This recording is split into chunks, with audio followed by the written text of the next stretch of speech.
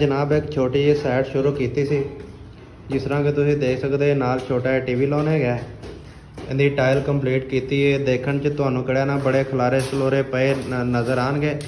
तो यही घर है कि यार एक टाइम तुम देखोगे ना और तुहानूं ये चमकदा नज़र आएगा। देखो कितों भी काम शुरू करिए घर का तो यार फिर किहड़ा ना यह तो बर्दाश्त करना ही पैंदा है कि जनाब किहड़ा ना खलारे, क्योंकि खलारे पा के जरा ना घर के काम शाम सैट होंदे ने, खलारिਆਂ तो बगैर नहीं होंदे। इस तरह जनाब किहड़ा ना नाल दा बैडरूम सी यह भी देखो जरा कंप्लीट हो रहा है। इहदे नाल फिर असीं किहड़ा ना वाशरूम की टाइल शुरू करांगे।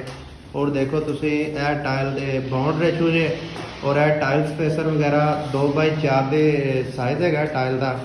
यह देख लो नाल ही इस तरह किहड़ा ना बस काम शाम साडा जारी है और रेडी कर रहे हैं। यह बाउंड मिक्सर करने वाली मशीन पई है, ठीक हो गया। तो यह जनाब कमा शमा के अजकल हालात जिस तरह चल रहे हैं और जिस तरह के बाहर का तुसीं व्यू चैक करो तो इंज ही लगता है कि जिस तरह कि असीं कोई इंग्लैंड के काम शम कर रहे हैं, लेकिन ये दोस्ता पाकिस्तान है।